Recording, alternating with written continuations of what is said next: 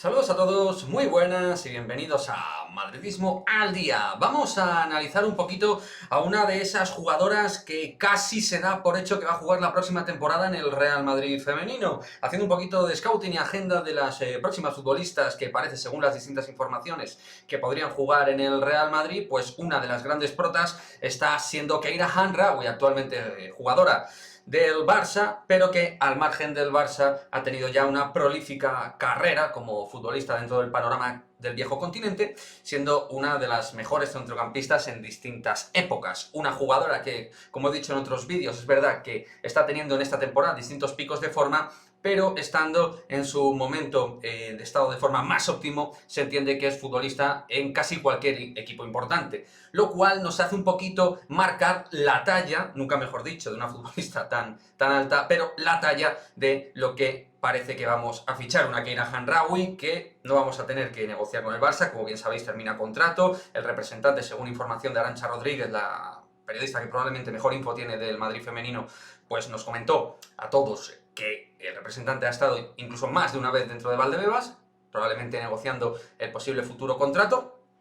Y hablamos de una jugadora que cumple con todos los requisitos a nivel competitivo y deportivo que necesita el Real Madrid, ¿no? De hecho, es una jugadora más completo de lo que piensan algunos, porque Keira siempre ha destacado por ser una gran llegadora, con un gran disparo en la zona frontal, en la zona de tres cuartos, pero es una futbolista que con el paso del tiempo y de la madurez es verdad que dentro de ese perfil más específico y más marcado se ha ido ampliando a ser una jugadora muy inteligente en el campo, que más allá de tener una gran corpulencia e insisto, una gran capacidad de llegada, también es una jugadora que puede repartir juego de manera bastante nutrida. No obstante, esto es algo importante dentro de un Real Madrid que hemos visto en varios partidos que le cuesta enlazar juego, que le cuesta conectar lo que es la zona medular con el ataque, y en algunos partidos hemos visto algunas futbolistas dentro del centro del campo que les ha costado tener ese peso específico para comandar las operaciones dentro de la medular. Por lo tanto, en esos requisitos y en esos axiomas elementales, que Keira es una jugadora que cumple con lo que requerimos, con lo que necesitamos. Actualmente el Real Madrid, ya sabéis, tiene a 4 mediocampistas, que son Taissa Moreno, que son Aureli Cassi, Maite Oroz y Teresa Valleira, 4 centrocampistas como tal, y luego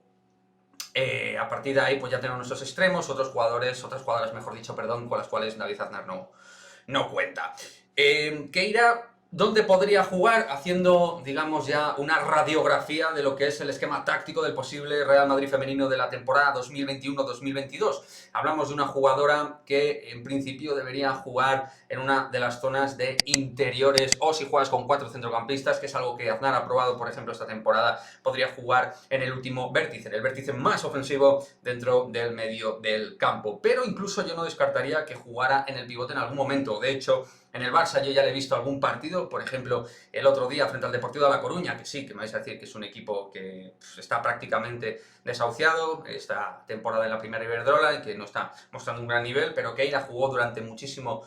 tiempo al lado de las dos centrales, marcando el ritmo de juego. El Barça es verdad que juega muy adelantado, por lo tanto eso facilita también que las centrocampistas puedan jugar en distintas zonas, ¿de acuerdo? De manera más natural, pero creo que es una jugadora con capacidad de distribución a los costados, a los lados. Eso creo que es muy interesante, y hablamos así de que si en un equipo tan importante como actualmente es el Barça es capaz de jugar en ese medio del campo, o bien porque tiene que sustituir a alguna futbolista, pero también porque tiene esa capacidad de hacerlo de manera natural, pues estamos ganando una jugadora en doble dirección, con capacidad de llegada, como decimos, pero también con capacidad de sustituir en un momento dado a Maite Oroz. Maite Oroz incluso adelantar a veces la posición y Keira aguantar el posicionamiento, pero entre ellas yo creo que pueden conmutar muy bien el juego, adelantarse una, ir a otra hacia atrás, etc. Por lo tanto, este vídeo va sobre todo para que entendamos al final el margen de la figura que vamos a tener el año próximo. A mi juicio es la jugadora que más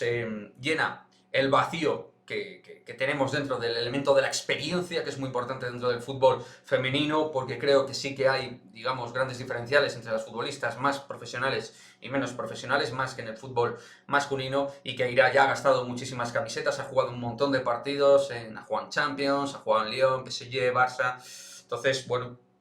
creo que estamos ante una futbolista realmente top, que nos va a hacer mejorar mucho y que nos va a hacer crecer en el caudal competitivo. Para cerrar este vídeo, que tampoco lo quiero hacer muy largo, me gustaría que el Real Madrid mire más jugadoras de este perfil. Estamos pendientes de la renovación de Sofía Jakobsson y de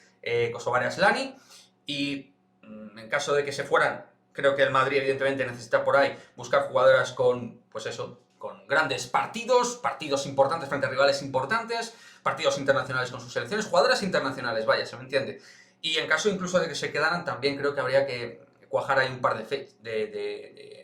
fichajes de este tipo de